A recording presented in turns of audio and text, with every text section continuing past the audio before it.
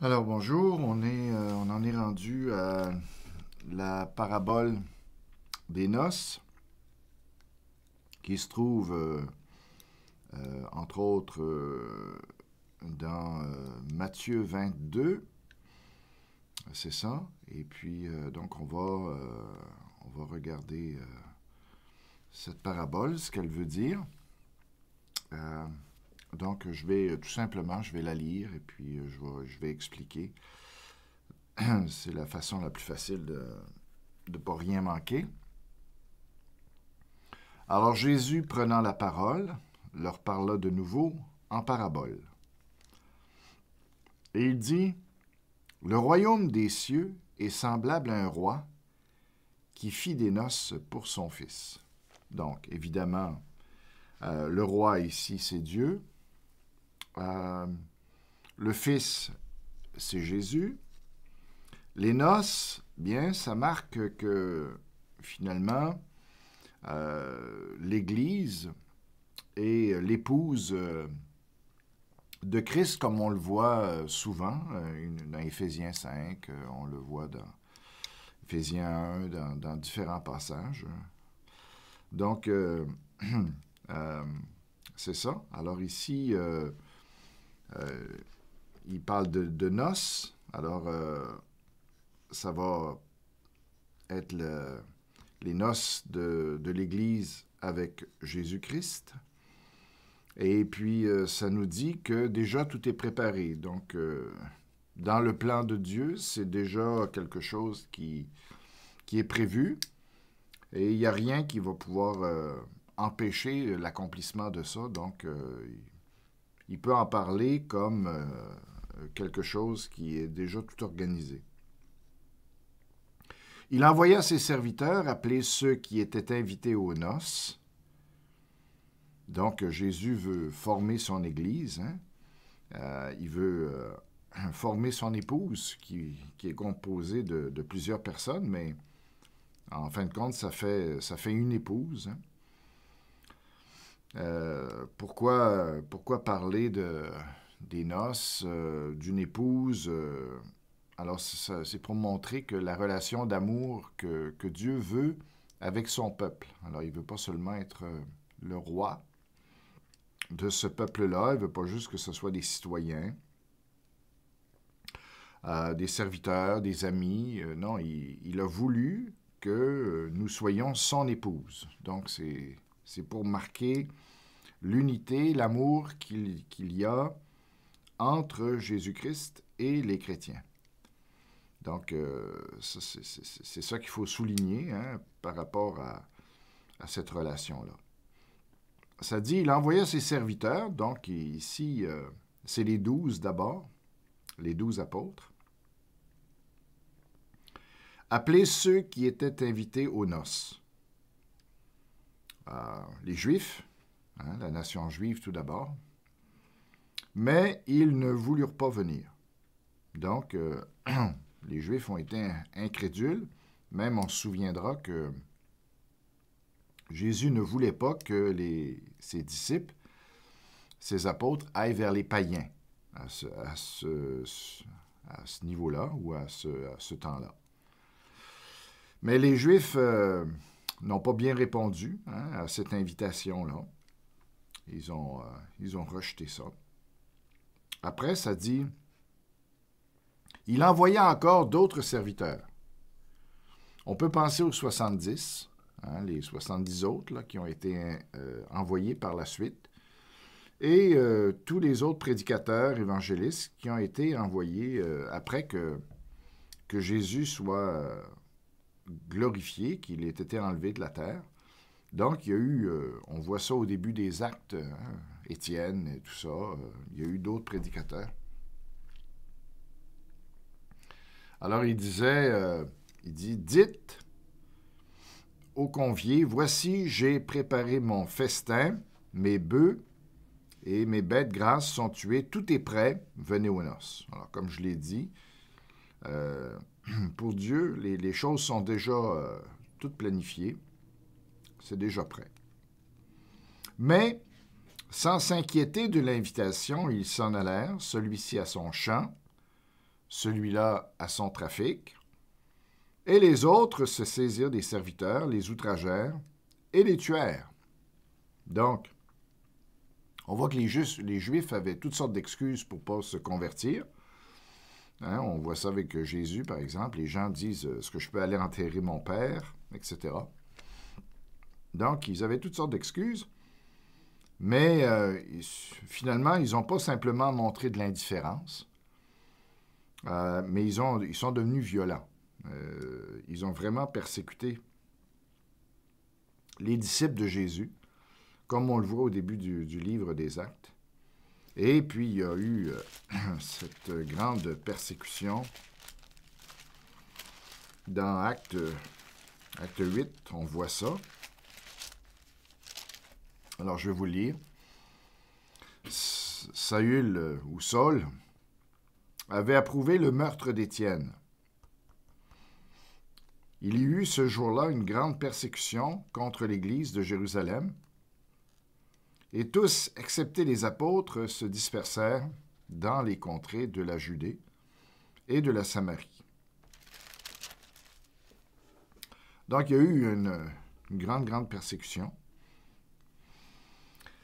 Au verset 7, ça dit « Le roi fut irrité. Il envoya ses troupes, fit périr ses meurtriers et brûla leur ville. » Alors ça, c'est arrivé en 70. Et ça s'est continué jusqu'en les années 130 pour finalement éradiquer complètement la nation juive. Il y en est resté. Je ne veux pas dire qu'il ne restait pas du tout de juifs, mais c'est devenu une nation complètement désorganisée. Il n'y avait plus de nation. C'était les Romains qui étaient là, qui étaient dans le pays. Puis il y avait un petit peu éparpillés, là, des Juifs, mais qui n'avaient pas d'organisation vraiment politique. Là. La nation avait complètement été éliminée. Alors, et c'est de ça que ça parle ici, là. Mais c'est surtout 70, où le temple, où la ville a été prise par les Romains, le temple a été détruit. Et puis, ça correspond à... Dans la parabole qu'on a vue avant, la parabole des vignerons, ça parle beaucoup de l'histoire des Juifs avant la venue de Jésus, principalement. Et puis, tandis que la parabole des noces, elle parle surtout de la réaction des Juifs face au message de l'Évangile. Et vous allez remarquer dans le Matthieu 21, verset 40, ça dit « Maintenant, lorsque le maître de la vigne viendra, que fera-t-il à ses vignerons? Ils lui répondirent, il fera périr misérablement ces misérables, et il affermera la vigne à d'autres vignerons qui lui en donneront le produit au temps de la récolte. » Ben, ça correspond au verset 7, là, où il dit « Le roi fut irrité et envoya ses troupes, fit périr ses meurtriers, et brûla leur ville. » Donc, on voit que Dieu a envoyé les Romains pour détruire la nation juive qui ont rejeté Jésus. Alors le roi, toujours, dit à ses serviteurs, « Les noces sont prêtes, mais les conviés n'en étaient pas dignes. Allez donc dans les carrefours. » Donc on voit que là, ça s'éloigne de Jérusalem, mais ça va aller vers toutes les nations, finalement. « Et appelez aux noces tous ceux que vous trouverez. » Donc, les païens, hein, c'est d'abord les Juifs un peu partout au travers de la Judée, la Galilée, mais tranquillement, hein, ça va aller partout. Ses serviteurs allèrent dans les chemins, rassemblèrent tous ceux qu'ils trouvèrent, méchants et bons. Alors là, ça parle de la conversion aussi des païens, des Juifs, mais des païens aussi. Et ça dit que le salut, finalement, c'est une question de recevoir l'invitation aux noces. Ce n'est pas une question d'être sauvé par les œuvres, parce qu'il dit, ses serviteurs allèrent dans les chemins, rassemblèrent tous ceux qu'ils trouvèrent, méchants et bons. Donc, le salut ne dépend pas de nos œuvres, dépend de ce qu'on fait avec Jésus. Et la salle des noces fut pleine de convives. Ça correspond à Romains 11, 25, où ce que Dieu recherche actuellement, c'est de compléter le peuple de Dieu, de compléter l'Église, d'emmener tous les gens qui sont élus, que lui connaît, dans le salut. La salle des noces, ça représente aussi le salut. Et les festivités qui vont suivre. Ça parle du salut, mais salut dans le sens de toutes les réjouissances du millénium d'abord et de l'éternité ensuite. Donc, l'éternité ici est présentée comme une fête, un festin, où il va y avoir beaucoup de joie. Alors, est-ce qu'on va vraiment avoir un repas et tout ça? Ça, c'est pas exclure, parce qu'il y a plusieurs indices qui montrent que ça peut être aussi très, très, très, très réel comme repas, mais ça montre plus la joie. Au verset 11, ça dit « Le roi entra pour voir ceux qui étaient à table. Et il aperçut là un homme qui n'avait pas revêtu un habit de noces. » Évidemment, c'est pas comme ça que ça va se passer. Il n'y a personne qui va passer au travers du jugement de Jésus-Christ à la fin des temps pour se retrouver par erreur dans le royaume de Jésus-Christ. Le filtre va se faire avant. L'élimination va se faire avant. Mais ici, c'est présenté comme si il avait passé le contrôle. Et puis, au lieu que ce soit un billet seulement, c'est son habit de noces. Alors, il n'y a pas l'habit de noces. Il n'y a pas ce qu'il faut pour être là. L'habit de noces, évidemment, ici représente le fait d'être parfait, d'avoir revêtu complètement la justice de Christ et, à ce moment-là, d'avoir sa place dans le royaume de Dieu parce que il y a juste des parfaits qui vont être dans le royaume de Dieu. Donc, les autres n'ont pas d'affaire là. C'est pour ça qu'il faut accepter Jésus-Christ et il faut se laisser transformer par lui. Et à notre mort, le travail va se terminer. On va être parfait. Quand on va être auprès du Seigneur, dans son royaume, on va être rendu parfait. Mais ici, Jésus a utilisé ça dans son histoire pour montrer que tous ceux qui n'auront pas sa justice en lui, eh bien, n'auront pas part au royaume. Il lui dit, « Mon ami, comment es-tu entré ici sans avoir un habit de noces? » Cet homme eut la bouche fermée. Il n'y aura rien à dire. Les gens, c'est Jésus qui va décider de ce qu'il fait avec les gens, puis il n'y aura pas de contestation possible. Alors le roi dit aux serviteurs, « Liez-lui les pieds et les mains, et jetez-le dans les ténèbres du dehors, où il y aura des pleurs et des grincements de dents. » Alors ici, ça parle de l'AGN. Je pense qu'il va y avoir... que l'AGN va déjà être ouverte. Quand Jésus va revenir et qu'il va y avoir son jugement, eh bien, les gens vont commencer déjà à être envoyés dans l'AGN. C'est les indications qu'on a dans la parole. L'AGN, on peut, d'une façon un petit peu large, on peut dire que c'est l'enfer. Alors, on a déjà vu dans d'autres études précédentes qu'actuellement, les gens vont dans le séjour des morts, les injustes.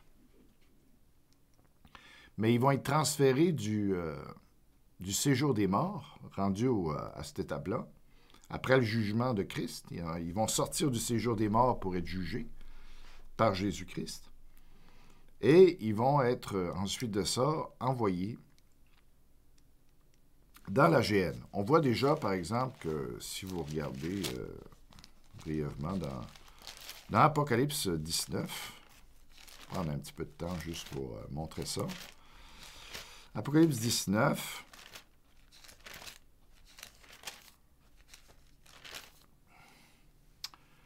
ça dit à la fin du chapitre 19, en parlant de l'Antéchrist, ça dit « Et la bête fut prise, et avec elle le faux prophète, qui avait fait devant elle les prodiges, par lesquels elle avait séduit ceux qui avaient pris la marque de la bête et adoré son image. Ils furent tous les deux jetés vivants dans l'étang ardent de feu et de soufre. »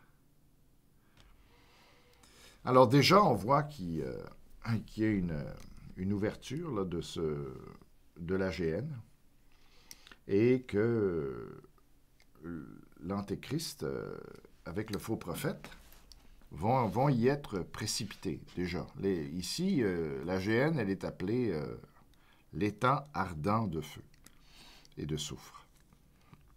Je sais qu'il y a d'autres idées que ce que je présente là-dessus, d'autres harmonisations possibles, selon les convictions. Mais moi, c'est comme ça que je vois ça. C'est que l'AGN va déjà être... il va y avoir déjà un jugement quand Jésus va revenir. Ce qui explique ici l'homme qui n'a pas l'habit de noces va être expulsé. Ils vont être écartés du royaume de Dieu pour se retrouver dans un endroit de souffrance où ils vont souffrir finalement en proportion du mal ou du bien qu'ils auront fait. Alors,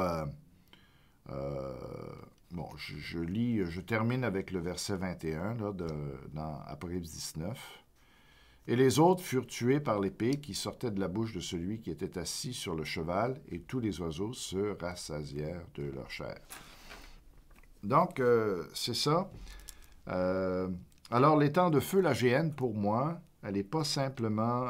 il ne faut pas attendre après le millénium pour y entrer, mais l'étang ardent de feu est déjà en fonction lorsque Jésus-Christ va revenir et qui va juger les nations tout entières, les morts et les vivants. Eh bien, l'AGN va être déjà ouverte là et disponible pour recevoir ceux qui vont être condamnés. Bon, ça c'est ma position. Et ça semble bien cadré. En tout cas, si vous regardez, si on revient dans Matthieu 22, ça dit, cet homme eut la bouche fermée. Alors le roi dit aux serviteurs, ici les serviteurs, c'est les anges, c'est plus les prédicateurs comme avant. Ça dit, alors le roi dit aux serviteurs, liez-lui les pieds et les mains et jette-le dans les ténèbres du dehors, où il y aura des pleurs et des grincements de dents. Alors, c'est une expression qu'on retrouve associée à l'AGN. Et puis, ça semble se faire immédiatement. Là, on n'a pas besoin d'attendre la fin du millénium pour être jeté comme ça dans l'AGN. Ça semble être déjà sur le moment, là, au moment où il va y avoir les noces. Un peu avant, évidemment, parce que les noces, une fois qu'on est rendu dans les noces, le jugement est en arrière et il ne reste plus que les festivités. Il n'y a plus... on ne célébrera pas les noces tant qu'il y aura encore des jugements sur la terre, des malheurs sur la terre. Il faut que tout ça soit en arrière de nous pour vraiment pouvoir se réjouir dans l'éternité, dans le millénium, du salut parfait accompli par Jésus. Et il n'y aura plus d'occasion de tristesse à ce moment-là. Et on va pouvoir se réjouir sans penser et sans être partagé. Verset 14, ça dit « Car il y a beaucoup d'appelés, mais peu d'élus. » Alors, les beaucoup d'appelés, on le voit, tous ont été invités. Donc, il y avait une provision. Dieu veut vraiment sauver tous les hommes. Et puis, c'est vraiment son désir. Mais beaucoup rejettent. C'est pas parce que c'est pas Dieu qui les rejette, c'est eux qui rejettent. Alors, ce que Dieu fait pour s'assurer que la salle des noces soit remplie, hein, que dans le royaume de Dieu, il y ait beaucoup de gens qui soient sauvés, eh bien, il doit les élire. Hein. L'élection n'exclut pas les gens, mais elle force les gens, finalement, qui autrement auraient dit non. Elle les sollicite autant et aussi longtemps qu'ils, finalement, se décident à suivre Jésus-Christ. Hein. Alors, ça dit, d'ailleurs, dans une autre parabole, contraignez-les d'entrer. Hein. C'est ça l'élection. Et puis ici, on voit, ça dit au verset 9, « Allez donc dans les carrefours et appelez aux noces tous ceux que vous trouverez. » Ses serviteurs allèrent dans les chemins, rassemblèrent tous ceux qu'ils trouvèrent, méchants et bons. Alors, on voit qu'ici, c'est ça l'élection. C'est que Dieu met de la pression sur les gens pour que vraiment ils acceptent Jésus-Christ. Autrement, les gens sont tellement incrédules qu'ils ne verraient même pas la nécessité d'être sauvés. Donc, c'est l'élection de Dieu qui est une bonne chose, qui va permettre le salut de plein de gens. Alors, mais ce n'est pas le désir de Dieu. Le désir de Dieu, c'est que tous soient sauvés. Et c'est par, finalement, c'est pour au moins assurer le salut de quelques-uns que Dieu a décidé de les choisir et de travailler dans leur vie jusqu'à temps qu'ils viennent à lui. Ce qui est une excellente chose. Laissés à nous-mêmes, livrés à nous-mêmes, eh bien, on aurait tous la folie de ne pas recevoir Jésus-Christ comme sauveur. Alors, c'est ça. Mais nous, on ne se préoccupe pas de l'élection. Il faut prêcher l'Évangile à tout le monde. L'élection, c'est quelque chose qui appartient à Dieu. Il est le seul gestionnaire de ça. Nous, ce n'est pas notre préoccupation. Nous, notre préoccupation, c'est de prêcher à tout le monde, de donner à tous l'occasion d'être sauvés. On veut qu'ils rentrent dans la salle des noces. Et puis, si on prie, si on évangélise, eh bien, les gens il y a des gens qui vont être sauvés au travers de ça. Puis c'est seulement dans l'éternité qu'on va réaliser qu'on était élus. Mais nous, il faut faire tout ce qu'on peut pour que les gens soient sauvés. Puis si on prêche comme il faut, si on évangélise comme il faut, si on prie pour les gens comme on doit, eh bien, ces gens-là vont être sauvés.